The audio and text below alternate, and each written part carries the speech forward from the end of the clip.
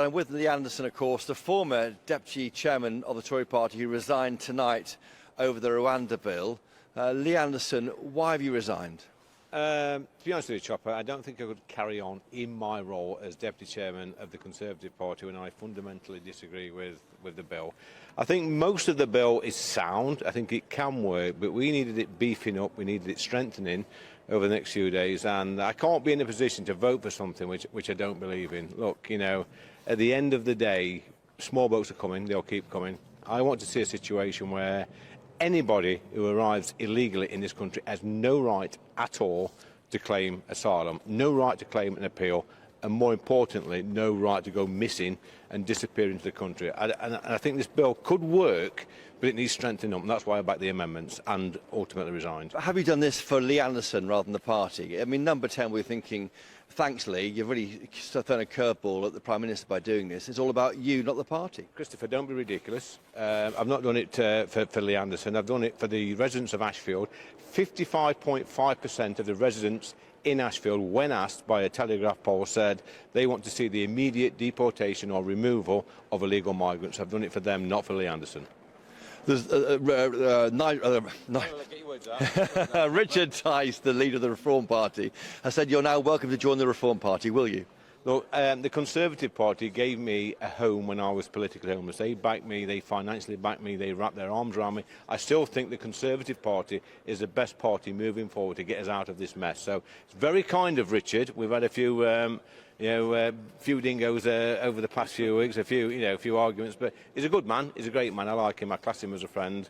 But I think, the best way forward to solve this problem is a strong Conservative Party with strong MPs like myself. And you will stand in the next election as a Tory MP? Of course I will. But overall, I mean, there's a problem here for Richard Sunak, because now, will you vote against the bill at third reading? Well, there's a lot can happen between now and tomorrow evening, Chris. As you know, you're not going to nail me down, but I'm a man of conviction. I like to think that. We'll see what happens over the next 24 hours. There's a lot of discussions going to happen behind closed doors. Like I say, I'm not happy with the bill. I don't want to see boats pulling up to Dover every 10 minutes. I want to see them not coming, and I want to see a bill that delivers that. Do you want to see that in writing then? Because the PM has told GB News yesterday at Leon C that he would overrule Section 39 orders. He would stop these pyjama injunctions, stopping flights taking off. Do you want to see that in writing? Is that your red line? Well, that's encouraging for the boss to say that. Look, I know Rishi wants to sort this out. I've met him many, many times over this problem we've got. He wants to sort it, but I want to see something more substantial, as do the voters in this country. If we get it right, if we get this right, Chopper, Rishi could be the best leader in Europe, because the rest of Europe will follow him. But if he can't get it right, then your party will be punished at the ballot box. Well, listen, I'm not quite sure about that, because Labour have got no answer to this. We have reduced crossings by 36% in the past year.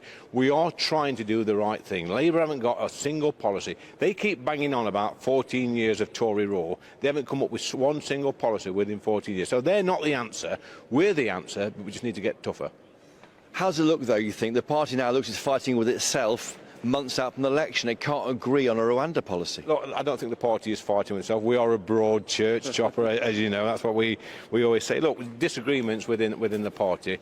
And this place, Parliament, I think, I've always said this, and this is not being controversial, this place, Parliament, is totally out of touch with the rest of the country. The rest of the country want this sorting out. Like I said before, 55.5% of residents in Ashfield want illegal migrants deported swiftly, more or less the same day. So they need to get in tune with what the constituents are saying. Well, Nigel Farage, you heard there from Lee Anderson, making very clear he's doing this. He's not off to join the Reform Party, where you were once the leader of its forebear, the Brexit Party, Nigel Farage, but he is doing it, he thinks, to try and send a message to the government overnight to harden up the Rwanda bill and make it work.